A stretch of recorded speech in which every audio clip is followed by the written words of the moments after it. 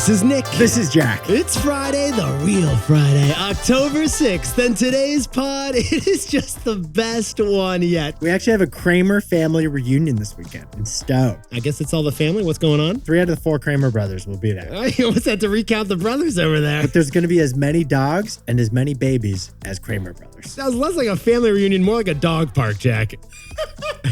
My Auntie M's going to be there. My wife's going to be there. My sister's I think we got the picture. First story, what do we got for the extended family show? One of the fastest growing consumer products right now is the 40-ounce Stanley tumbler. Yetis, that huge Stanley water mug is thriving because the 100-year-old company made one tiny change. For our second story, it's time to introduce the Ozempic Effect. The Ozempic weight loss drug has gotten so big, it is literally affecting airplanes. And our third and final story, you can now buy stock in the soundtrack to the movie Shrek. Shrek, the movie, you can now buy stock in it. The only word Jack and I got to say about this, hallelujah. And we're accidentally in love. You know. Hey now. You're a rock star. But Yetis, before we hit that fantastic mix of stories. Just the perfect mix of stories. Love the mix of stories today, Jack. As we all know, when you gotta go, you gotta go. But Yeti, sometimes when you gotta go, there is no place that you can go. And that's the problem that some Silicon Valley startup is pitching a solution for right now. Yeah, it's called Rest Space, and they're probably worth $1 billion for all we know. This startup lets you rent a restroom on demand wherever you are. It's the Airbnb of pee. It's called Rest Space, and it's exactly what we just said. You can rent a rando toilet on demand ASAP any time of day. I guess it makes sense. Sometimes you want the privacy of your bathroom to go. But sometimes you also want the novelty of someone else's bathroom. Here's how it works, Yetis. You open up the app when you gotta go, but there's nowhere to go. Boom, a map is going to show you that there's a bathroom 2 blocks away. The bathroom is in somebody's apartment, and you can pay $15 for 15 minutes of that rest space. Yeti's pricing starts at $15 for a toilet and a sink. There you go. $50 if you want to upgrade to the bidet. Oh, Jack, can we talk about the worst case scenario here? Surge pricing. Besties, don't open this app after the barbecue chili food fest. You're better off holding it in. Now, the way we see it, it makes sense because from a strategic perspective, your bathroom is unoccupied 95% of the time. So you may as well turn your powder room into a profit puppy. On the other hand, this also brings up a lot of tactical questions for this company. For instance, can the user filter rest spaces by number of toilet paper plies? Or can the host charge a soap fee on top of the fee? Does this include insurance? Insurance for what? Well, Yetis, going to the bathroom isn't just about going to the bathroom. No, a new mom may need a place to nurse that baby. A job candidate may need a place to freshen up. Just got broken up with? Maybe you just need a good sink to cry in. Because the bathroom's really not a bathroom, is it? No, when you think about it, the bathroom, it's a sanctuary. And that lavatory is lucrative. I can't spare a square. Jack, let's hit our 3 stories. 15 years before this song, 2 boys from the Northeast met in a dorm. They had an idea that caused a cultural storm. It's the best one yet, but the best is the norm. Jack, Nick, that's it. I don't even think they need to practice. 50%, that's a fat tip. T-Boy City on your at-list. If you know, cause we ready to go. We can't wait no more, so just start the show. Start the show. For our first story, the Stanley Quencher. It has become the it container for drinking water. Sales have quadrupled. Stanley's huge 40-ounce tumblers are booming, and it's all thanks to one tiny minnovation. Yetis, before we jump into the story, Jack and I got to talk about the reality, right, Jack? Every 3 years? Every 3 years, we trend through a different water bottle cycle. Jack, I got 2 huge bottles right here. It's like a new bottle will save our life with hydration. Every few years, there's a new thing that will change your world with water. Don't believe us? We whipped out the whiteboard on this one. First, it was the Nalgene. Then it was the Klean Kanteen. Then it was Swell. Expensive ways to contain your water. And here's the thing, besties. You didn't just buy one, you bought each of them. Everyone has a drawer with 6 generations of water bottles. Nothing screams 2016 like a $60 matte finish soft pink Swell on a yoga mat, Jack. Is this thing dolphin safe? Well, here's the news, Yetis. The new It water bottle is the Stanley 40-ounce tumbler. And this thing is squashing water bottle sales records right now. Sales are up 275% compared to last year. We're talking a 4x growth. This isn't a water bottle if you've seen one of them. This is a behemoth. It's not a cup. It's colossal. You want to drink that 12 ounces, you're going to have to lift with your legs, not your back. Now, we got 3 of these in our household. They're 40 ounces. They're huge. They look like a piece of military equipment. You keep them in the garage? How are you even fitting these things in there? No, we had to move the shelves up in the cabinet to make space. They're that tall. Yetis, this thing, it's got a built-in straw and it comes with built-in confidence. It's also got a burly handle and fits in every cup holder. It's a useful product. Interestingly, it is the vessel of choice right now for both Gen Z and millennials and baby boomers. Baby boomers are buying this thing? You could bring this thing to Pilates or you could bring it to a coal mine. So we had to know, how did Stanley become the It bottle of the moment? How did Stanley become the trending bottle out of all the water bottles? How in just the last years has Stanley's 40-ounce bottle appeared in Barbie movie, Ted Lasso, and Yellowstone? It's conquered every generation. What was the strategy here? A 100-year-old company made one tiny change. That was it. Yetis, let's go back to 1913. That's when William Stanley graduated from Yale University, but he didn't want to focus on academics. This Ivy Leaguer had a passion for steel welding. Steel welding. So he invented a steel vacuum container to keep hot things hot and cold things cold. And for 107 years, that Stanley container only came in 4 working man colors. It was like the Model T car. It came in black, white, green, or steel. That's it. It's made by the American man for the American man, because that's who I am and that's who I care about. But besties, let's fast forward to 2020. What happened then, Jack? Stanley added 2 new colors. They added cream and desert sage. The following year, Stanley added 4 more trendy colors. They added orchid, rose quartz, lavender, and tiger lily. The working men hated those colors.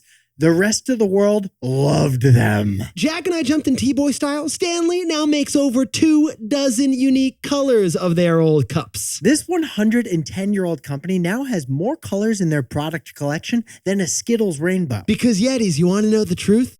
The reusable water bottle is a fashion accessory. You're carrying it around with you every day. So what it looks like matters just as much as how it contains the liquid. A coal miner would disagree, but he's probably not taking Pilates, Jack. So, Jack, what's the takeaway for our buddies over at Stanley? Minnovations are still innovations. Look, Yetis, you've got to respect the minnovation, the mini innovation. Honestly, they deserve a lot more love than they get. A minnovation is not a major advancement. It's a marginal improvement. Exactly. After 100 years, Stanley didn't invent some new, complicated, water-oxidizing Bluetooth technology. No, they just added a few more colors. Some of them were trendy colors. They were Instagram-friendly colors. They didn't have an R&D team, no engineering. They probably didn't even have to change the machines that they were already using. It was just a color change, but that simple minnovation quadrupled sales and turned it into the #1 selling water bottle. So, Yetis, while minnovations may be many, they're still innovations. For our second story, Ozempic, the weight loss drug, is causing what we're calling the Ozempic Effect. It isn't just affecting waistlines. Ozempic is affecting the entire economy.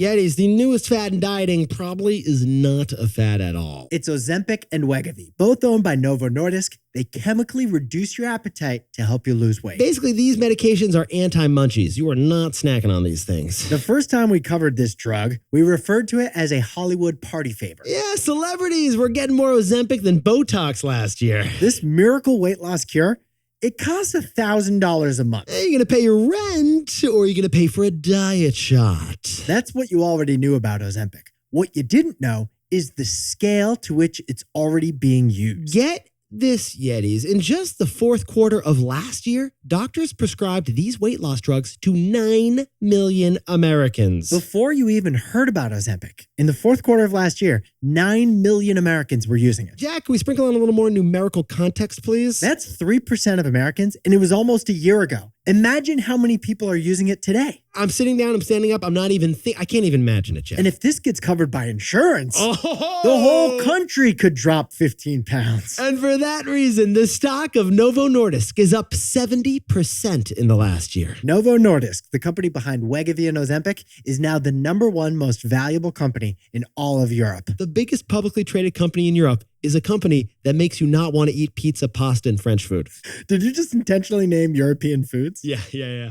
Nicely done. This is the worst thing to happen to the Mediterranean diet since the Romans. Okay, check. We mentioned the Romans in the pod. Got it. We can move on. But Yetis, here's what Jack and I found fascinating about this story. The impact this drug is having beyond the weight loss industry. Everything we just said isn't even the wildest part about Ozempic. Just yesterday, a Walmart executive said that people are buying less food at Walmart, probably because of Ozempic. America's biggest grocer just said that fewer items are getting bought because fewer calories are getting consumed, probably because of Ozempic. Walmart has extra Oreos on the shelves, probably because of Ozempic. Aisle 6, extra Oreos. This drug is also having a shocking impact on airplanes. The investment bank Jefferies estimated the amount of money that would be saved if passengers lost weight. If the average passenger loses 10 pounds, United Airlines would save $80 million a year because it would need less fuel. We repeat, Yetis, United Airlines could save $80 million a year if we lost weight using Ozempic. And don't even get me started about the snack industry. Yetis, the snack industry just popped their potato chip bag on that news. This is a code red alert for Pringles and Cheez-Its, who just launched emergency studies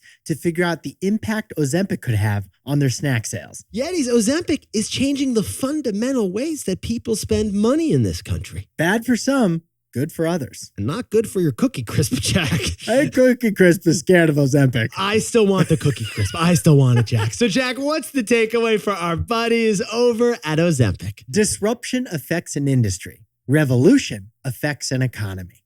Yetis, hear us out on this one. Disruption, it affects an industry, like Uber disrupting taxis and transportation. But a revolution, that affects the entire economy, including completely unrelated industries. For example, the iPhone, it disrupted the phone industry, but its impact went way beyond the phone industry. The iPhone's App Store revolutionized the whole economy, from fashion to fitness. Well, the way we see it, Ozempic is having a similar broad-reaching impact as the iPhone did on a whole bunch of industries. It's not just impacting weight loss, it's affecting airlines and Walmart and Kellogg and Cookie Crisp. Because Yetis, Ozempic isn't just a product that just disrupted its own industry. Like the iPhone, it's the rare new product that can revolutionize the entire economy. For our third and final story before the weekend, Shrek is no longer just an ogre. Shrek is now a stock that you can invest in. Nick, ogres, they're like onions. They have layers.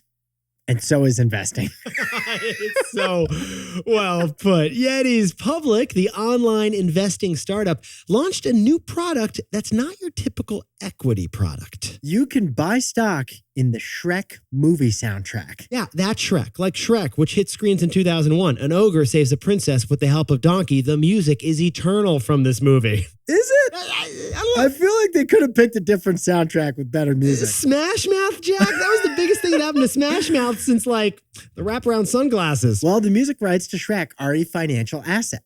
You can't play the movie without playing the music. So the owners of that asset make money every time the movie is played because the music is played. And every time you stream the Shrek soundtrack on Spotify, that makes money too. Well, perfect timing because the composer of Shrek's original score is selling his stake. So Public is divvying out his stake to its users for $10 a share. The way Jack and I see it, it's financial memorabilia. Shrek, the movie, is 22 years old, but it's still getting streamed, so it's still making royalty dollars. And the royalties could make owners as rich as Lord Farquaad. Not the gumdrop buttons! Oh, you do know the Muffin Man, Jack. Now, Yetis, Jack and I should sprinkle on some important contextual context here. This isn't the first time that Wall Street lets you own a piece of the music that you listen to. Back in January, Jack and I covered a story on a company called Hypnosis. Hypnosis is a publicly traded company that had just bought the music of Justin Bieber. So if you own stock of Hypnosis, ipso facto, you own pieces of tens of thousands of other songs. Yeah, it's not just Justin Bieber's music in that collection. Dua Lipa, Ed Sheeran, Blondie, Journey, all their music is included in Hipgnosis's stock. Don't stop believing, Jack. Keep going. There's more in there, too. So when it comes to the Shrek news, it's not new that you can own a piece of music and take a piece of the royalties they generate. But the Shrek news is unique in that you can do it for just one musical collection. The Shrek soundtrack. Just the Shrek soundtrack. Ticker symbol ogre. Should be, at least. So, Jack, what's the takeaway for our buddies over at Shrek? Yeti's emotional investing pays emotional dividends. Now, look, Yetis, a financial advisor would probably tell you to not buy stock in this Shrek music. Why? Because it's not diversified. This stock success depends on one movie and one movie only, Shrek. It could be risky. So if you must invest in music, a financial advisor would probably tell you to buy stock of a diversified song collection. Because the data shows diversified investments perform better long-term than single stocks do. But here's the thing, besties. We're not always driven by cold, hard data, are we, Jack? No, we're not. If we were, I wouldn't have bought the Podson Max, one share of Nike stock like I did in LA for his $5.29. Jack bought my son Max a share of Nike. It wasn't necessarily a financial investment. Or my dad has bought shares of Tootsie Roll for years now. You know, I bought Wilder shares of Disney, so when we watched Disney Plus, we had that special understanding. It wasn't about the financial return. We call these kinds of investments financial memorabilia. And we'll pay a premium for those for the feelings they give you. Yetis, buying stock in Shrek music would be an emotional investment with an emotional return too. It probably won't pay the financial dividends of a diversified music fund. But it will pay emotional dividends. And you know what? There's value in that too. Jack, can you whip up the takeaways for us for the Real Friday? The Stanley tumbler has become the trendy water bottle of the moment. Because a 100-year-old steel company added a minnovation. New colors, that was it. For our second story, it's the Ozempic Effect. This weight loss drug is shaking up the way people spend money. Disruption impacts industries. Revolutions impact economies. And our third and final story, the rights to Shrek's music are now investable on Public. It's an emotional investment that pays emotional dividends. And there's nothing wrong with that. Hey now, you're an all-star. But Yetis, this pod's not over yet. Here's what else you need to know today. First, the monthly jobs report for September comes out today. We'll learn the new unemployment rate. Last month, it was 3.8%. And second, apparently back in 2018, Apple considered buying Microsoft's Bing search engine. Interesting. It's according to testimony in Google's epic antitrust trial. And finally, all 85 scholarship players on the University of Utah football team are getting, get this, a Dodge Ram pickup truck. Did Oprah take over the athletic department? And tight end gets a truck, and quarterback gets a truck, and kicker. They're getting these trucks for free, and it's all thanks to the Supreme Court ruling that lets college athletes benefit financially off their name, image, and likeness. Now, time for the best fact yet. This one sent in by Jack Leonard from lovely Lancaster, Pennsylvania. Nick, of the top 10 highest grossing actors of all time, Yes. 8 of them have starred in Marvel movies. That's right. Yeah, these 8 of the 10 highest paid actors of all time were playing superheroes in superhero movies. Sounds like a trivia question, Nick. Yeah, it does. So here's the question. Who are the 2 highest paid actors who've never been Marvel superheroes? Okay, Yetis, we'll give you a beat and we'll give you a hint. The hint is they share the same first name. And that first name isn't Hulk. The answer to the 2 highest paid actors who've never been superheroes? Tom Cruise. And Tom Hanks. And AI Tom Hanks. It's the Tom Hanks threshold. Tom Hanks is like always with us. Tom Hanks and Tom Cruise. Great Yeti. Yetis, you look fantastic before the weekend. Jack, you know it's actually Fleet Week here, so it's extremely loud right now. Oh, yeah, very loud Air Force aircraft, right? The Blue Angels going overhead. This is nuts. It'd be even louder if they took Ozempic. Honestly, it's so loud I need to hide in a Stanley water mug, Jack. I actually think they're dropping Stanley water bottles down to the ground. Well, you know, you've got 3 of them on your whole property, Jack. They're worth it. It's hydration. Ever heard of it? Jack, that's not a cup. That's a flex. Yeah, it is. Nick and I have to wrap up the show now. Have a fantastic weekend. Celebrate the wins. Play our Pop Biz Pop Quiz. And Jack and I will see you Monday.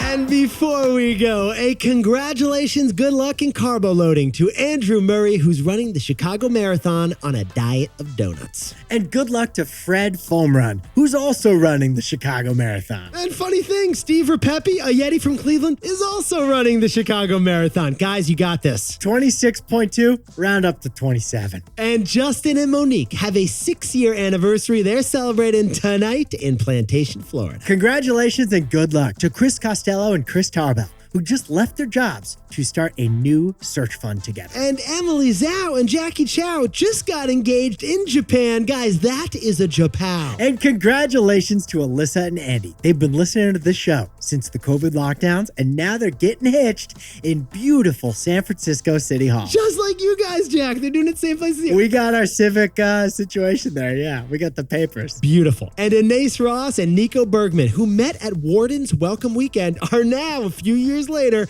getting married in Hong Kong. T-boys and besties for life. And a happy birthday to legendary Yeti, Barbara Zweig of New York City, the queen of 61st Street. And happy 30th birthday to Nick Pulgini, who's celebrating at a Chick-fil-A in Chicago. Doing logistics. And Kareem Price is celebrating a birthday over in Cartagena, Colombia. Lovely. Happy birthday to Kathy Ha, celebrating in Frankfurt, Germany. And Rebecca Dover is celebrating her 50th in Italy. Not too shabby. Happy birthday to Pierre Anderson, celebrating in the south of France. And Rosie the Posey Horowitz is turning 10 down in Silver Spring, Maryland. Happy birthday to Paul the Cowboy Drew, who's celebrating in Flower Mound, Texas. And Kim Bex Murray is turning 32 down in Florida. Celebrate that win. Happy birthday to Chris Randall in Arlington, Texas. And Joe Driano could not be more excited about turning 30 in Bellingham, Washington. And happy belated 40th birthday to the Bodine Brock brothers, Isaac and Zach, who are celebrating big time.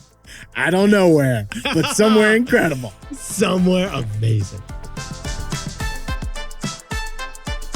This is Jack. I own stock of Disney. Nick and I both own stock of Spotify and Apple. And Nick's son, Max, owns 1 share of Nike in his college savings account. Maxie has Nike.